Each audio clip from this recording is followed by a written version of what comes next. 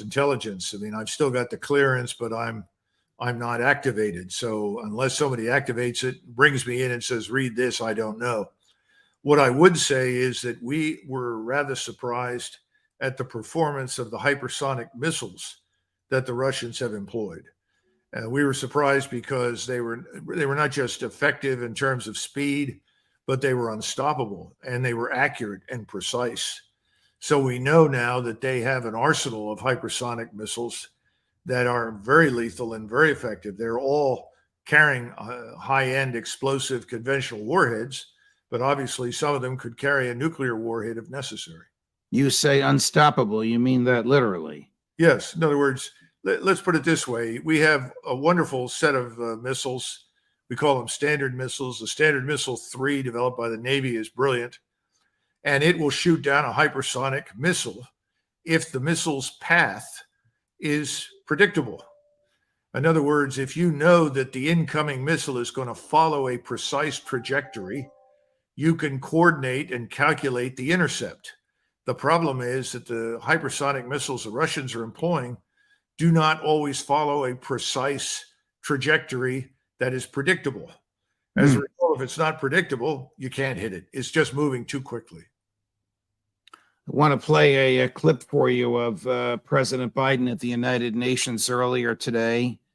The camera angle is such that about half of the time that he's speaking, this is only about 1 minute, 20 seconds, the camera is on President Zelensky, who was seated right there in the General Assembly when President Biden spoke, but I'll be anxious for your thoughts. There's nothing new here. It's just the way he says it, the audience to which he says it, and his statements at the end make this even more troublesome, I think, to your way of thinking and to mine than he's been in the past.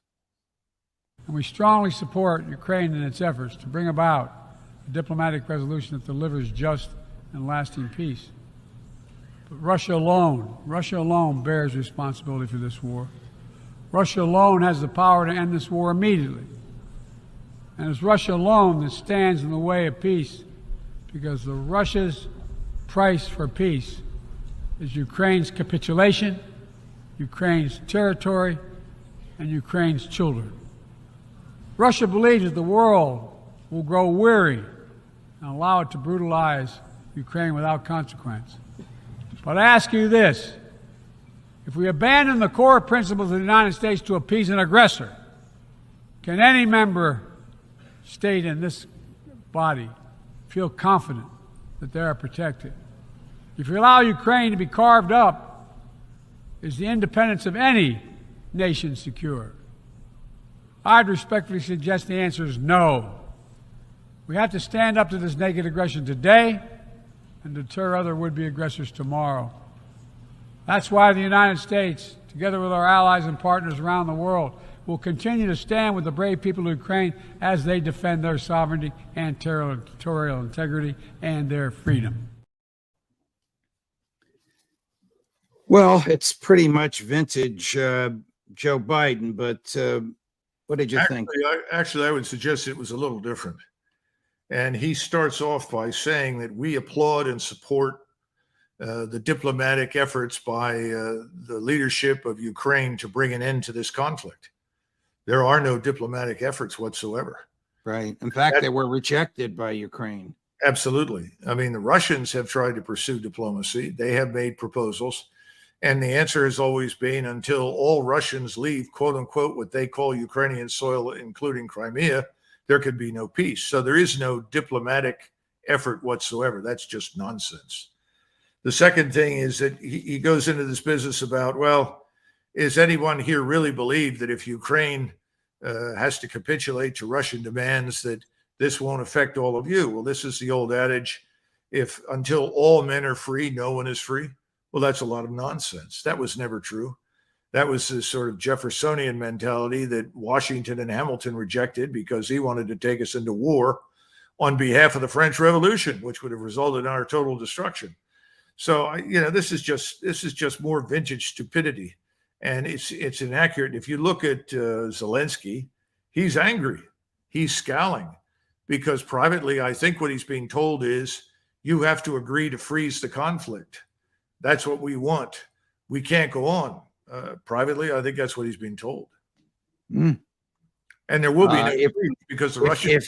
If he's been told that, Colonel, then old Joe is looking for an off ramp. He's Oh, I think probably going to get the $28 billion he wants because the Republicans in the House have indicated that they'll go along with it, but not all of them. The great ones won't. But if there is that type of a string attached, Zelensky might as well just not go home. He might as well go down to Miami to one of his homes. Well, I'm sure he's considered that, but it's a little early. No, he's got a right wing there that's probably not going to tolerate any decisions he makes that, in their minds, ends the conflict. Even if the purpose of ending the conflict is to save human lives. Well, this is back to the essential question. Thus far, President Putin has exercised enormous restraint. Thus far, he's held 300,000 Russian combat troops in reserve. He's kept only the forces necessary forward in defensive positions. He has held troops in reserve also in Belarus. And he has allowed the Ukrainians, simply because it worked to his advantage, to destroy themselves in attack after attack after attack. The Ukrainians have now effectively run out of manpower. They have almost nothing left. Every time they talk about having broken through somewhere or advanced, it's been a lie, completely untrue, carried by all the Western news media. So at this point in time, the Ukrainians are turning exclusively to long-range strike weapons that they can get from the British and us and potentially the Germans and French. And we saw that there were 11 Storm Shadow missiles fired by the Ukrainians against Russian targets. Of the 11, 3 managed to escape destruction. The other 8 were shot down by the integrated air defenses. And those found targets in the harbor at Sevastopol. At the same time, the British provided unmanned underwater systems, in other words, underwater drones or surface drones, to attack the harbor from the ocean side. Those things had an effect. They effectively destroyed a submarine. That submarine is probably not going to be repaired. It'll probably be effectively junked. And then 2 other surface ships that probably will be repaired in time, although there's no repair facility in the Black Sea for them. But the truth is, this war is not going to be won or lost on the basis of attacks on the harbor in Crimea. It's not going to be won or lost on the basis of any long-range attacks on targets inside Russia. It's going to be won or lost on the ground in Ukraine. The question is, will the Russians finally say enough is enough? We can't go on anymore. We have to end this ourselves and act. That's the question. Do you have a feel for how much longer this goes on? I think this could go on to Christmas. It could even drag into next year unless the Russians act. They have the force, they have the capability. The Ukrainians have nothing to stop them. And they know that this will not end until they go to the Dnieper River and cross it. They're going to have to cross that river. They're going to eventually have to take Odessa, and they're going to have to enter Kiev. I've had more than one Russian general quoted to me by sources on the ground over there say this war will not end until our tanks are driving down the main street of Kiev. So I think they understand that. The problem is that President Putin is concerned about 2 things. Number one, he doesn't want to do something that he thinks will precipitate U.S.-led intervention in Western Ukraine. He does not want a war with us. He doesn't want a war with NATO. Secondly, he wants to end this war in a way that will allow everybody to eventually do business together. In other words, put the war behind us and get on with normal life. He's trying very hard to avoid the kind of destructive action that would make that impossible. We, on the other hand, are doing everything in our power to make sure there can never be any sort of normal relationship between the United States and Europe and Russia. He doesn't seem to understand that. He's got to understand that. And that's what most of his commanders in the field know. And their view is, if you want to stop these long-range strikes, then let us go. Let us attack. and let us crush these Ukrainians once and for all.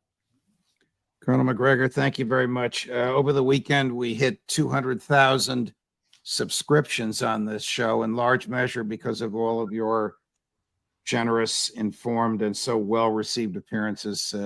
Thank you again for all your time, Colonel. We'll see you again soon. I thought it was all the great jokes that you and I traded. I'm really just, I keep trying to think of something positive that we can say that'll move us down the road towards something better. But unfortunately, we're not, as you saw with President Biden, we're not left much choice. And I don't think President Biden is really in charge. I think he's doing what they tell him to do. I think he's reading whatever he's given.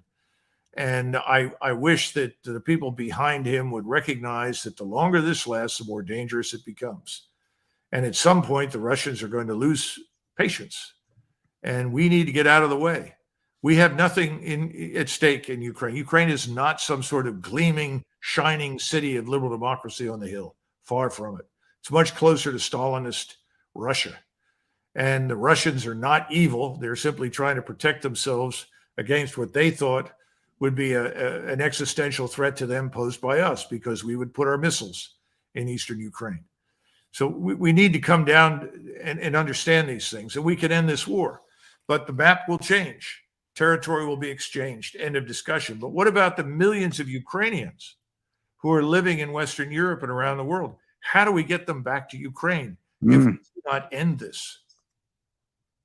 It was so disingenuous for the president to be saying Russia can end this war. He can end the war with a phone call or the stroke of a pen within 24 hours. But it's sad, Colonel, because I wonder if he even knows that. I don't know. And the American people should be more sensitive to it, because thus far we have not had Americans in direct combat.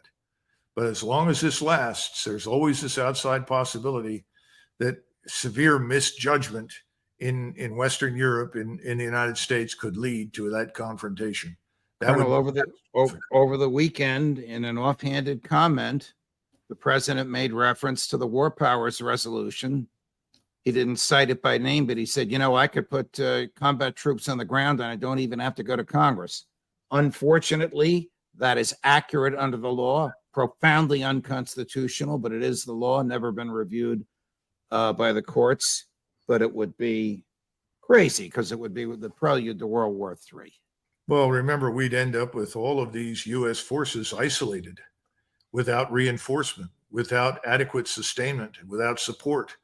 What are the Europeans going to do? What have they got to send? Very little. The only force right now in the neighborhood that's even remotely capable is Polish.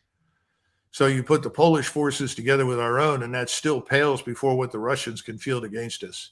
Right. And we're not going to get across the Atlantic because of something called Russian submarines. So you can't reinforce as we did during World War II. And everybody forgets that it took us 3-4 years to defeat the German submarine threat so that we could move across the Atlantic. Be much worse now. So no one seems to be thinking strategically. Everyone is thinking about what is politically appealing. We have a wish list, not a strategy.